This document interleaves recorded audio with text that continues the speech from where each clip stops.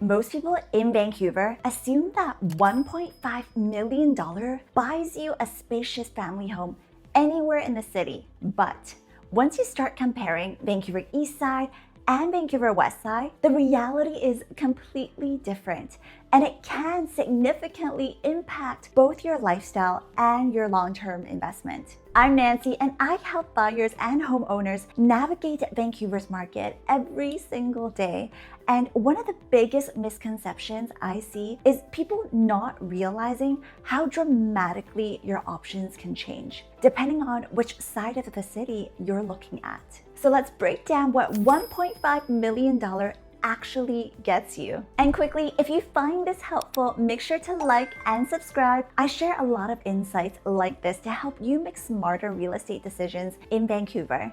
Now, starting on the east side, this is where your budget stretches further, especially when it comes to land. In neighborhoods like Renfrew Collingwood, Hastings Sunrise, and South Vancouver, $1.5 million can still get you into an older detached home, a newer duplex, or a townhome. Detached homes at this price point are typically older, like 50 to 70 years old, often around 1,200 to 2,000 square feet, sometimes on smaller lots or busy streets. But the key difference is you are buying land, and that matters. With recent zoning changes in Vancouver, including multiplex and densification policies, East Van properties often come with a long-term upside. Whether that's adding a laneway home, duplex, or multiplex potential, or future redevelopment, you're not just buying a home, you're buying flexibility and land value. Now, when we move to the west side, the picture completely shifts. At $1.5 million,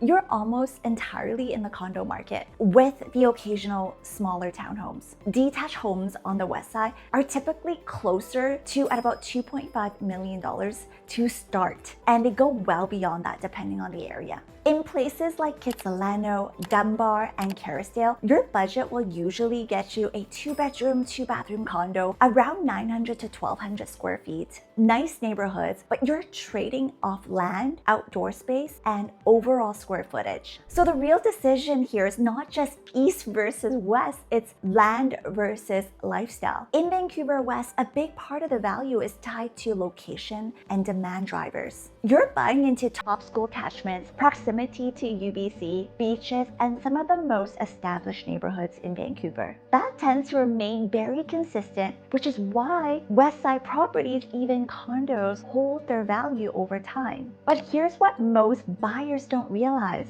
Not all appreciation is the same. On the east side, a large portion of your value is tied to land, which historically has outperformed over the long term, especially in a city like Vancouver where land is extremely limited. On the west side, especially in the condo market, your appreciation is more tied to market cycles, building quality, and overall demand rather than land.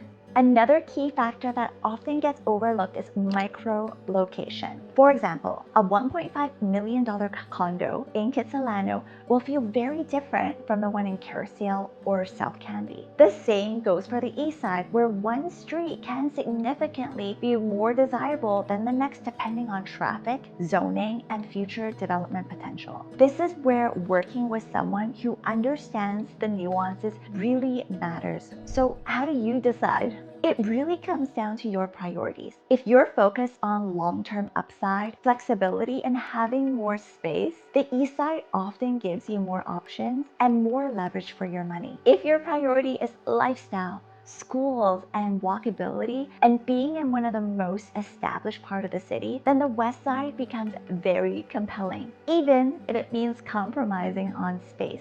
And one final tip I give my buyers at this price point: be very clear on your top 3 priorities before you start looking. Because in Vancouver, you rarely, unfortunately, get everything you want. You're always making a strategic trade-off. So if this helps you better understand the difference between Vancouver East Side and the West Side, make sure to like and subscribe for more Vancouver real estate insights. And if you're planning a move and want help building the right strategy around your budget, you can book a call with me through the link below. Thank you for watching.